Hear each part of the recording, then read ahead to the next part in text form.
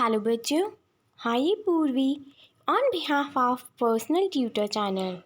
आज हम लोग क्लास 7th सिविक्स का चैप्टर नंबर 1 ऑन इक्वलिटी पढ़ने वाले हैं। तो बच्चों चलो शुरू करते हैं chapter. India is a democracy.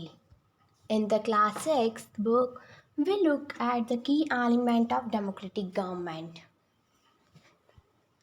This includes the people participation, the resolution of conflict and equality and justice. India एक डेमोक्रेसी है। हम लोगों ने क्लास 6 में पढ़ रखा है कि डेमोक्रेटिक गवर्नमेंट के की एलिमेंट्स क्या होते हैं। उसमें पीपल्स का पार्टिसिपेशन बहुत इम्पॉर्टेंट है, the resolution of conflict, equality and justice. Equality is a key feature of democracy and influence all aspects of its functioning. Equality एक बहुत ही इम्पॉर्टेंट फीचर है डेमोक्रेसी का, जो कि हमको इन्फ्लुएंस करता है functioning. In this chapter, you will read more about equality. इस चैप्टर में हम इक्वलिटी के बारे में और पढ़ेंगे. And what is it? Equality क्या होती है? And why is it important in the democracy, और इक्वलिटी डेमोक्रेसी में इम्पॉर्टेंट क्यों है. एंड वेदर और not everyone is equal in India. हमारे इंडिया में सभी लोग इक्वल क्यों नहीं हैं. Let's begin by looking at Kanta story. स्टार्ट करते हैं कांता की स्टोरी से. Here the characters are Manjeet Kaur who is a teacher, Teja Singh, who is a trader, Girish Rao, who is a student, Kanta Devi, who is a domestic worker, Sujata Kumari, who is also a domestic worker. On the election day, Kanta and his friend Sujata are waiting to cast their vote. Election के दिन कांता और उसके दोस्त सुजाता दोनों vote देने के लिए खड़े हुए थे, इंतज़ार कर रहे थे कि उनका नंबर कब आएगा. Isn't it good, Suja, that we can own votes as equal citizen of our country? Even Jain Sahib is standing in the line with us. ये अच्छी बात है कि हम सभी सिटीजन्स इक्वल है और सभी को इक्वल राइट से वोट देने का. और जैन साहब भी हमारी ही तरह इस लाइन में खड़े हैं. Then Sujata say, yes. Go on, Kanta. It's your turn now. Kanta तुम जाओ, अब तुम्हारी बारी है. I will vote for the candidate who has promised to bring the pipe water to our area. मैं तो उसी को वोट दूंगी जिसने प्रॉमिस किया है कि वो पाइप के थ्रू हमारे एरिया में पानी देंगे. Afterwards, we will see you later, Kanta. Yes, namaste, Sahib. Gudiya has been running fever and I have to take her to the hospital, but I have to finish the work at Sahib house first and ask for some advance. तो बोलती है कि गुड़िया घर पर बीमार है, उसको फीवर हो रहा है, मुझे उसे हॉस्पिटल लेकर जाना है, लेकिन उससे पहले मुझे साहिब के घर का काम ख़त्म करना है और उनसे कुछ एडवांस पैसे भी मांगने हैं. At home, here you have some of this, you will feel better. And when I get back in the evening, well, we will go to hospital, okay?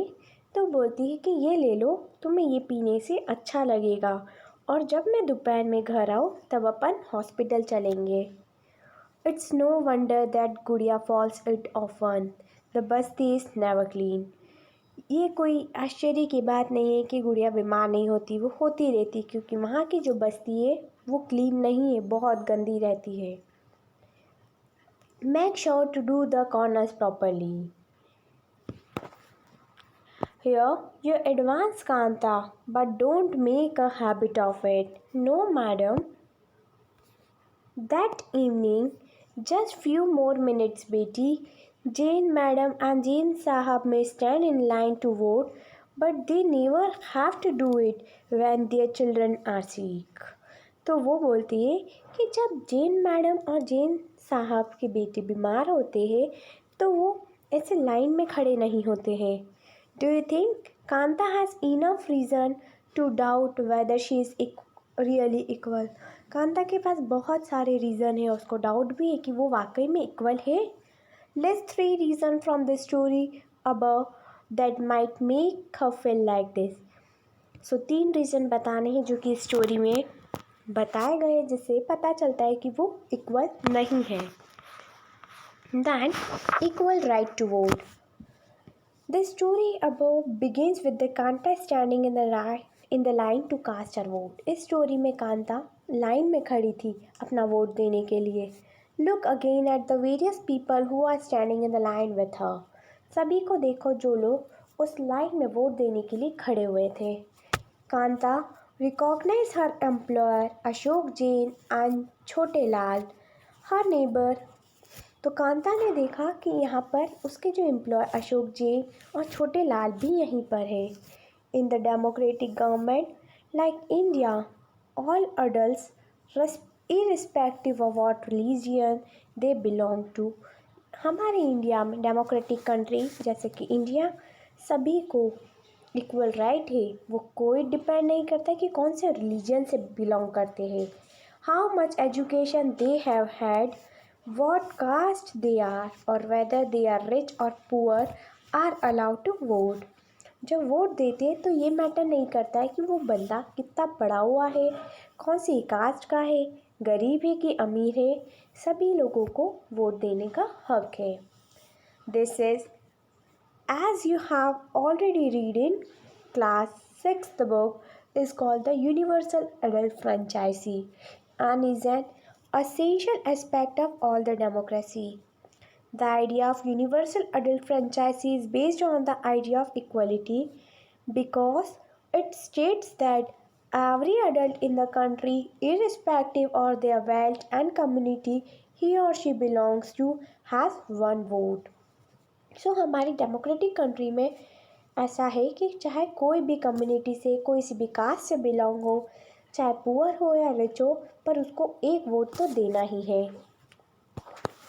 Kanta is excited to vote and happy that she is equal to all of others because each of them has one vote. Kanta बहुत excited थी और बहुत खुश भी थी कि उसे भी इन लोगों की तरह इक्वल माना गया है, क्योंकि सभी को एक वोट ही देना अलाउ है। But as her day goes on, जैसे ही दिन बीतते गया, Kanta become less certain about her equality really means. What is the makes Kanta unsure? किस वजह से कांता unsure हो गई थी कि वो इक्वल नहीं है? Let's take a look at the day in her life. She lives in a slum on the drain behind her house. वो स्लम एरिया में रहती है और उसके घर के पीछे ड्रेन आ गई है। Her daughter is sick because she could not take the day off from work because she needs to borrow the money from her employer to take the child to the doctor। तो वो बोलती जब उसकी बेटी बीमार थी तो वो काम से छुट्टी तक नहीं ले सकती थी, क्योंकि उसे पैसे लेने थे उसके एम्प्लॉयर से ताकि वो डॉक्टर को दिखा सके। Her job is as a domestic help tries her out. उसकी जो जॉब थी वो डोमेस्टिक थी, घरेलू काम करती थी वो। And finally she ends her day by again standing in a long line. और फिर उसका वही दिन शुरू हो जाता है, वो एक लंबी सी लाइन में खड़ी रहती। This line in front of the government hospital is unlike the one in the morning because most of the people standing in it are poor. क्योंकि यहाँ पर जो लाइन में खड़े रहते हैं वो अधिकतर लोग गरीब है। Other kind of equality. Kanta is one of the many people who live in a democratic country and who have the right to vote, but those daily living and the working condition are far from equal. Kanta भी कई लोगों की तरह democratic country में रहती है जहाँ पर सभी को इक्वल राइट तो है वोट देने का, लेकिन उनकी जो डेली लाइफ है, उनकी जो वर्किंग कंडीशन है, वो उन इक्वलिटी से बहुत अलग है। Apart from being poor, people in India experience inequality in different ways. गरीब होने के अलावा भी लोग कई तरीके से इनइक्वलिटी एक्सपीरियंस करते हैं। Let us see what kind of this mean by reading the two story given below. यहाँ पर दो स्टोरी दे रखी है, एक एक को पढ़ते ही फिर पता लगाएंगे. Each of one is based on the real incidents in the people's life and reflect the different kind of inequality that exist in India. One of the more common forms of inequality in India is a caste system. सबसे जो common form है हमारे India में inequality का वो है caste system. If you live in a rural area, your caste identity is something that you probably learned or experienced very young. अगर आप रूरल एरिया में ग्रामीण क्षेत्र में रहते हैं तो आपके लिए सबसे इम्पॉर्टेंट है कि आपका कास्ट क्या है. The caste is one of the most important factor. If you live in the urban area, some of you might think that the people no longer believe in caste. अगर आप urban area की बात करें तो यहाँ पर लोग cast factor को ज़्यादा इम्पोर्टेंस नहीं देते हैं. बस look at this matrimonial show from the leading English newspaper that you see the important the issue of caste continue to be in the minds of highly educated urban India. यहाँ पर जो newspaper news दे रखी है, कुछ strips headings बता रखी, उसमें दिया है कि आज भी बहुत एजुकेटेड पर्सन्स के माइंड में भी कास्ट सिस्टम है. मतलब वो अर्बन एरिया में रहने के बाद एजुकेटेड होने के बाद भी आज कास्ट फैक्टर को बहुत इम्पॉर्टेंट फैक्टर मानते हैं. Now let us read the story about the experience of the Dalit child attending the school. तो यहाँ हम स्टोरी पढ़ेंगे एक ऐसे बच्चे की जो कि दलित है और स्कूल अटेंड करता है. You have already read about the Dalit in class 6. Class 6 में हम लोग ऑलरेडी दलित के बारे में पढ़ चुके हैं. Dalit is a term that the so called lower caste use to address themselves. Dalit एक ऐसी टर्म है जो कि लोअर कास्ट है, सो कॉल्ड लोअर कास्ट को एड्रेस करता है. Dalit means broken and by using this word lower caste are pointing to how they were and continue to be seriously discriminated against. Om Prakash Valmiki 1950 to 2030 is a famous Dalit writer. Om Prakash Valmiki जो एक बहुत ही famous writer थे. In his autobiography Jothan, he writes, I had to sit away from the others in the class. उन्होंने अपनी autobiography में लिखा है कि मेरे को क्लास में सबसे अलग बैठना पड़ता था. And that too on the floor, और कभी तो मुझे ज़मीन पर भी बैठना पड़ता था. The mat run out before reaching the spot I sat on. जो मैट थी, जो दरी थी, वो भी हट जाती थी. Sometimes I would have to sit way behind everybody. कभी कभी तो मुझे सबसे पीछे बैठना पड़ता था, सबके राइट नियर द डोर, और कभी मुझे दरवाजे के पास में. Sometimes they would beat me without any reason. कभी कभी वो लोग मुझे मारते थे बिना कोई रीज़न से.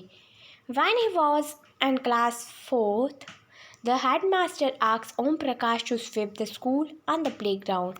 तो जब वो क्लास 4th में था तो उसके हेड मास्टर ने ओम प्रकाश को बोला कि तुम्हें स्कूल और स्कूल प्ले ग्राउंड को साफ़ करना है. He writes the playground was very larger than by small physique you could handle it, and in cleaning it my back began to ache.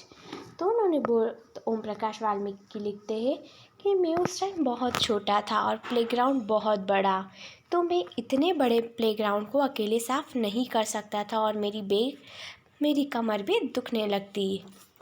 My face was covered with dust. मेरा face धूल से गंदा हो जाता. Dust has gone inside my mouth. और उस वजह से जो धूल मिट्टी है वो मेरे मुंह में चली जाती. The other children in my class were studying and I was sweeping. और जो बाकी के बच्चे थे वो क्लास में पढ़ रहे होते थे और मैं सफाई कर रहा होता था. Head master was sitting in his room and watching me. Head master अपने ही रूम में बैठे रहते और मुझे देखते रहते. I was not even allowed to get a drink of water. मुझे पानी तक नहीं पीने देते थे. I swept the whole day from the door and window of the schoolrooms. The eye of the teacher and the boys saw this spectacle. तो मैं दिन भर काम करता रहता था और सारे टीचर्स और बॉयज़ मुझे देखते रहते हैं. Om Prakash was made to sweep the school and the playground for the next couple of days, and this came to an end with when his father, who happened to passing by, saw his son sweeping. तो ये रोज़ ये काम करता रहता, कभी school तो कभी playground को साफ करने का काम था. ये काम तब ख़त्म हुआ जब उसके पापा स्कूल के बाहर से निकल रहे थे. उन्होंने देखा कि उनका बेटा यहाँ सफाई कर रहा है. He confronted the teacher and then walked away from the school holding the Om Prakash hand. He said loudly for all of them to hear. उन्होंने सभी से कहा, You are a teacher, so I am leaving now. आप लोग teacher हैं इसलिए मैं आप लोगों को छोड़ रहा हूँ. But remember this, much master will study right here in the school, and not just him, but there will be more coming after him. The second story is based on the incident that took place in one of the India's largest city and is common practice in most part of the country. Next story है एक incident जो कि India की सबसे largest city में हुआ है और ये बहुत ही कॉमन प्रैक्टिस है, कंट्री में बहुत जगह पर होता है. It's a story of about Mr. and Mrs. Hansari who were looking to rent an apartment in the city. ये story mister and Mrs Hansari की है जो एक अपार्टमेंट लेना चाहते थे इस सिटी में. They had the money and say paying the rent was no problem. उनके पास पैसे भी थे, उनको रेंट की कोई प्रॉब्लम नहीं थी. They went to a property dealer for help to find a place. वो फिर प्रॉपर्टी डीलर के पास विजिट करते ताकि वो उनकी मदद कर सके उनको घर दिलाने में. The dealer informed them that he knew about quite a few apartment that was available for rent. तो डीलर बोलता है कि मैं कुछ अपार्टमेंट को जानता हूँ, कुछ अपार्टमेंट्स मुझे पता है जो रेंट पर अवेलेबल है. They visited the first apartment and the Hansari liked it very much and decided to take it. वो एक पहले अपार्टमेंट में गए और हंसारीज को वो अपार्टमेंट अच्छा लगा और उन्होंने डिसाइड कर लिया कि वो इसी को लेंगे. However, when the landlady found out their name, she made an excuse about how she could not rent the house to someone who ate meat because the building did not have any non-vegetarian residents.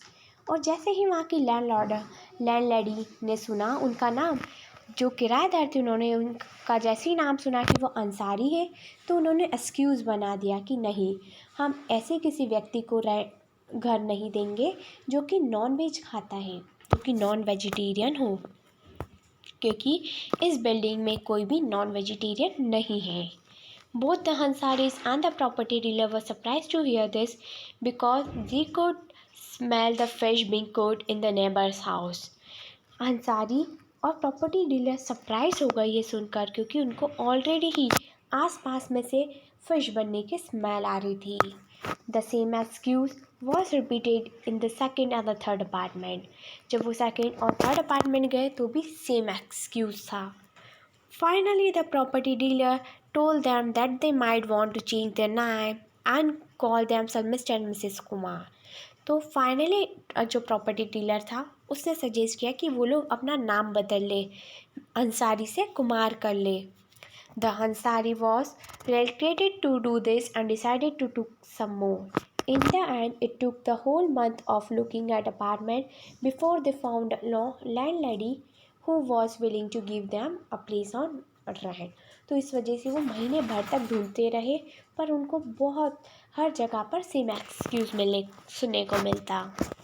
Now, the questioning part is, why do you think Om Prakash Valmiki was being treated unequal by his teacher and his classmate? आप लोगों को क्यों लगता है कि ओम प्रकाश वाल्मीकि को उसके teachers और क्लासमेट अनइक्वल क्यों ट्रीट करते थे? Valmiki and write 4 lines about, imagine you are as Om Prakash Valmiki and write 4 lines about how you feel if you were in the same situation. Suppose करो कि आप ओम प्रकाश वाल्मीकि हो और 4 लाइन लिखो कि अगर आप ओम प्रकाश वाल्मीकि की जगह होते तो आप लोग कैसा फील करते। The next is, why do you think the Ansari was being treated unequally? आप लोगों को क्या लगता है कि अंसारी को अनइक्वल क्यों ट्रीट किया गया है? What would you do if you were in the Ansari's position? आप क्या करेंगे जब आप अंसारी की पोजीशन पर आएंगे? And could not find a place to live because some people did not want to live next to you because of your religion you practice. तो क्या करोगे आप लोग अगर कोई लोग आपको वहाँ रहने नहीं देंगे क्योंकि आप दूसरे रिलीजन से बिलोंग करते हो, आपके रिलीजन की वजह से अगर वो आपको रहने नहीं देते तो। The next is recognizing dignity. You have understood by now that the caste we were born into, the religion we practice, the class, the background we came from, whether we are male or female, these are often the things that determine why some people are treated unequally. हम लोगों ने देखा है कि cast जो हमको जन्म से मिली, जो रिलीजन हम फॉलो करते हैं, जो क्लास है हमारी, जो हमारा बैकग्राउंड है, हम मेल है या फीमेल है, इस वजह से आज भी कुछ लोग हमको अनइक्वल ट्रीट करते हैं। Om Prakash Valmiki and Hansari are being treated unequally on the basis of their difference of the caste and religion. ओम प्रकाश वाल्मीकि और हंसारी को अनइक्वल ट्रीट किया गया उनके कास्ट के बेसिस पर और उनके रिलीजन के बेसिस पर। If you were one of the Ansaris, how would you responded to this suggestion that you change your name? अगर आप हंसारी की जगह होते तो क्या अगर आपको कोई सजेस्ट करता कि आपका नाम चेंज करना है तो क्या आप अलाउ करते कि आप अपना नाम चेंज करते? Can you think of an incident in your life in which the dignity was violated? How did this make you feel? क्या आप लोगों के साथ कोई ऐसा इंसिडेंस हुआ है जब आपकी डिग्निटी वॉलेट हुई, मतलब आपको ऐसा लगा हो कि मेरे साथ अनइक्वल ट्रीट किया गया हो? How did this make you feel? तो आपको कैसा लगा? One person are treated inequality their dignity is violated. जब लोगों को अनइक्वली ट्रीट किया जाता है तो उसकी डिग्निटी भी वॉलेट हो जाती है, मतलब बहुत शर्म फील करता है। The dignity of both the Om Prakash Valmiki and the Ansariya were violated because the way in which they were treated. By picking on him and making her sweep the school because of his caste, जैसे कि example दे रखा है कि उसको school साफ करने के लिए बोलते थे क्योंकि उसकी कास्ट की वजह से। ओम Prakash Valmiki schoolmates and the teacher hurt his dignity badly and made him feel as he was less than equal to all other students in the class. तो इस वजह से ओम प्रकाश वाल्मीकि को ये फील करने पर मजबूर कर दिया कि वो सभी बच्चों जैसा इक्वल नहीं है, वो अनइक्वल है उन सभी में। Being a child, Om Prakash Valmiki could do very little about the situation that he was in. It was his father who, on seeing his son's sweep, felt angry by this unequal treatment and confronted the teacher. वो सिर्फ इसके पिता की वजह से हुआ क्योंकि उसके पिता ने एक बार उसको देख लिया और उसने महसूस किया कि कैसे उसके कास्ट की वजह से उन लोगों को अनइक्वल ट्रीट किया जा रहा है और उसने टीचर्स के सामने कन्फ्रंट किया, उन्हें समझाया। The Ansari dignity was hurted when people refused to leave the apartment. Ansari की डिग्निटी भी बहुत रिफ्यूज़ हुई क्योंकि जब लोगों ने उसको अपार्टमेंट देने से मना कर दिया तब। However, when the property dealer suggested that they can change their name, their dignity or self-respect, that made them refuse this suggestion.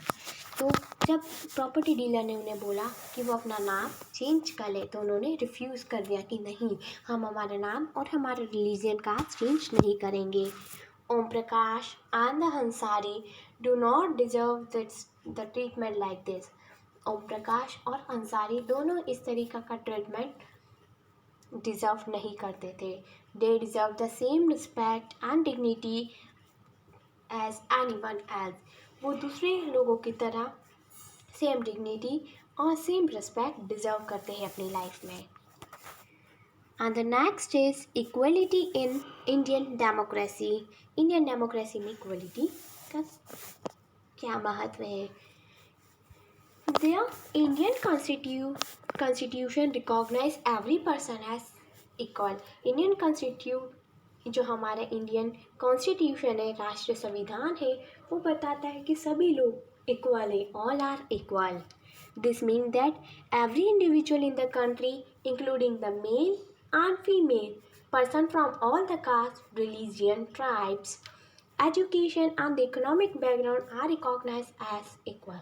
सभी लोग, चाहे वो मेल हो, फीमेल हो, किसी भी कास्ट से बिलोंग करते हो, कैस एजुकेशन डिपार्टमेंट से या इकोनॉमिक बैकग्राउंड से, वो सभी लोग इक्वल है. This is not to say that inequality ceases to exist, it doesn't. But at least in the democratic India, the principle of the equality of all the person is recognized, while earlier the law exists to protect the people from discrimination. पहले तो बहुत सारे laws भी बना दिए गए हैं, यानी रूल्स बना दिए हैं, जो जिन लोगों के साथ डिस्क्रिमिनेशन होता है, भेदभाव होता है, एंड द इल ट्रीटमेंट, और जिन लोगों के साथ गलत व्यवहार करते हैं. Now there are several that work to see the people are treated with dignity and as equal. आजकल बहुत सारे ऐसे काम किए जाते हैं जिसमें पता लगा लेते हैं, जिसमें गवर्नमेंट हेल्प करती है कि सभी लोगों को इक्वली ट्रीट किया जाए, all are equal. This recognition of equality includes some of the following provision in the Constitution. First, that every person is equal before the law. इस वजह से कुछ प्रोविज़न बना है कॉन्स्टिट्यूशन ने, हमारे संविधान ने कुछ प्रोविज़न बना है. तो पहला है कि सभी लोग इक्वल है लॉ के सामने. What this means that is every person from the president of the country to Kanta, a domestic worker, has to obey the same law. इसका मतलब ये है कि चाहे वो हमारी कंट्री का प्रेसिडेंट हो, चाहे वो डोमेस्टिक वर्कर, चाहे काम वाली बाई हो जैसे कि कांता, सभी लोग इक्वल है, सभी को सेम लॉज फॉलो करने हैं. Second, no person can be discriminated against on the basis of their religion, caste, race, place of birth और वेदर दे आर फीमेल और मेल. तो उन्होंने बोला कि किसी भी पर्सन में कोई भेदभाव नहीं होगा उनकी कास्ट से, उनके रिलीजन, उनकी कहाँ उनका बर्थ हुआ है, चाहे वो मेल हो या फीमेल हो, सभी लोग इक्वल है. Third, every person has to access to all the public places including the playground, hotels, shops, market. तो उन्होंने बोला है कि सभी लोगों को राइट है, चाहे वो गरीब हो, चाहे अमीर हो, चाहे एजुकेटेड हो, चाहे अनएजुकेटेड हो, सभी को पब्लिक प्लेसेस यूज़ करने का पूरा हक है. All person can be publicity available wells, roads and bathing ghats. Fourth, untouchability has been abolished. उन्होंने बोला है कि अनटचेबिलिटी यानी छुआछूत को बंद किया जाए. The two ways in which the government has tried to implement the equality that is granted in the Constitution is the first through the laws and second through the government programs or schemes to help the disadvantaged community. तो government ने दो तरीके निकाले जिससे constitution में equality implement हो जाए. पहला कि उन्होंने लॉज बनाए और दूसरा उन्होंने बहुत सारे ऐसे गवर्नमेंट प्रोग्राम्स चालू किए. कुछ प्रोग्राम से, कुछ स्कीम से जो कि कम्युनिटीज़ को, जो कि लोगों की हेल्प करते हैं. There are several laws in India that protect the every person rights to be treated equal. India में कई सारे लॉज है जिसमें सभी लोगों को इक्वली ट्रीट किया जाता है. In addition to law, the government has also set up the several schemes to improve the lives of the community and the individual who have been treated unequally for several centuries. और government ने बहुत सारी schemes भी निकाली है ताकि वो उन लोगों की कम्युनिटी को इम्प्रूव कर सके जो कि कई सेंचुरी से उन लोगों को अनइक्वल ट्रीट किया जा रहा है, उनके साथ भेदभाव किया जा रहा है. These schemes are to ensure the greater opportunity for the people who have not had this in the past. तो वो आज उन लोगों के पास बहुत सारी अपॉर्चुनिटीज़ है जो कि पास्ट में नहीं हुआ करती थी. One of the steps taken by the government include the mid-day meal scheme. और इसी का एक एग्जाम्पल है, गवर्नमेंट ने एक स्कीम चलाई है, मिड डे मील स्कीम, यानी दोपहर का खाना. This refers to the government introduced in the government elementary school to provide the children with the cooked lunch. ये जो स्कीम है, ये जो प्रोग्राम है, वो गवर्नमेंट ने एलिमेंट्री स्कूल में चलाया है. ऐसे स्कूल जो कि गवर्नमेंट के द्वारा रन होते हैं और जहाँ पर गरीब बच्चे आते हैं और उनको कुक्ड लंच प्रोवाइड करते हैं. Tamil Nadu was the first state in India to introduce this scheme. Tamil Nadu India का पहला राज्य था जिसने इस स्कीम को लागू किया. And in 2001, the Supreme Court asked all the state government to begin this program in their school within 6 months. और 2001 में सुप्रीम कोर्ट ने ऑर्डर दिया कि 6 महीने के अंदर सारे स्टेट्स इस लॉ को फॉलो करेंगे. This programme has bring many positive effects. इस प्रोग्राम की वजह से बहुत सारे पॉजिटिव इफ़ेक्ट्स आए. This include the fact that the more poor children have began enrolling and regularly attending school. इस वजह से बहुत सारे बच्चे स्कूल में एडमिशन लेने लगे और रेगुलर आने लगे. Teacher reported that earlier children would often go home for lunch and did not return to school, but now with the midday meal being provided in the school, their attendance has been improved. Teachers बताती है कि पहले जब बच्चे घर जाते थे lunch के लिए और फिर वापस ही नहीं आते थे, लेकिन जब से ये स्कीम इंट्रोड्यूस हुई है तब से अटेंडेंस इम्प्रूव हो गई है. Their mother, who earlier had to interpret their work to feed their children at home during the day, now no longer need to do so. तो पहले जो इनकी मदर्स को काम करना पड़ता था ताकि वो अपने बच्चों को फीड कर सके, खाना दे सके, लेकिन आजकल ऐसा कुछ नहीं है. मिड डे स्कीम की वजह से उनको भी बहुत मदद मिल गई है. This program also helped to reduce the caste prejudice because both the upper and the lower caste children in the school eat this meal together. इस वजह से जो कास्ट प्रेजुडिस है, कास्ट में जो इनइक्वालिटी थी वो भी कम हो गई, क्योंकि स्कूल में अपर कास्ट और लोअर कास्ट दोनों कास्ट के बच्चे साथ में बैठ के खाना खाते हैं और एक ही तरीके का खाना खाते हैं. Dalit women have been employed to cook the meal. The midday meal scheme also reduces the hunger of poor students who often come to school and cannot concentrate because of the stomach are empty. ये जो mid day meal programme था, इस वजह से बहुत सारे जो भूखे बच्चे थे उनको खाना मिल गया और वो स्कूल आने लगे, और भूख की वजह से वो कंसंट्रेट नहीं कर पाते थे, लेकिन इस स्कीम के बाद वो अपनी पढ़ाई पर भी पूरा कंसंट्रेशन दे पा रहे हैं. While government programs play an important role in increasing the equality of opportunity, there is much that still need to be done. While the midday program has helped increase the enrollment and the attendance of the poor people in school, there continues to the big difference in the country between the school that the rich attend and those the poor attend. Even today, there are several schools in our country in the Dalit children, like Om Prakash Valmiki, are discriminated against and treated unequality. These children are forced into the unequal situation and their dignity is not respected. This is because poor people refuse to think them as equal even though the law requires it. One of the main reasons for this is that the attitudes change slowly even though persons are aware and discrimination is against the law. आजकल लोग aware हो गए हैं और discrimination को बंद कर दिया गया है. They continue to treat people unequality on the basis of their caste, religion, disability, economic status and because they are women. तो आजकल ये सारे लॉस बंद हो गए, प्रोहिबिटेड है. It is only when people begin to believe that no one is inferior and the person deserves to be treated with dignity. आजकल लोग ये सोचने लगे कि कोई inferior नहीं है, कोई कम नहीं है, सभी लोग equal है, एक समान है. Establishing equality in the democratic society is continuous struggle and one in which the individual as well as the various communities in India contribute to, and you will read more about this in this chapter. The next is issue of equality in other democracy. दूसरी democracy में equality का issue क्या है? You are probably wondering whether India is only a democratic country in which there is inequality and where the struggle for the equality continues to exist. आप लोगों को क्या लगता है? आप ये जानकर सरप्राइज रह जाएंगे कि इंडिया एक ऐसी डेमोक्रेटिक कंट्री है जहाँ पर इनइक्वालिटी को ज़्यादा महत्व दिया जाता है, लोगों को इक्वल ट्रीट नहीं किया जाता है, भेदभाव होता है। The truth is that many democratic countries around the world, the issue of equality continues to the key issue and with the community struggle. और ये भी सच है कि इंडिया की तरह बहुत सारे डेमोक्रेटिक कंट्री है जहाँ पर सेम प्रॉब्लम लोगों को फेस करना पड़ती है।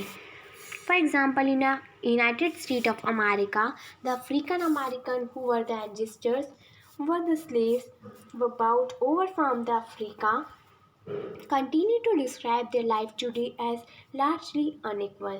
जो United state of America USA में जो अफ्रीका लोग थे उन लोगों को भी ये अनइक्वलिटी फेस करने को मिली थी।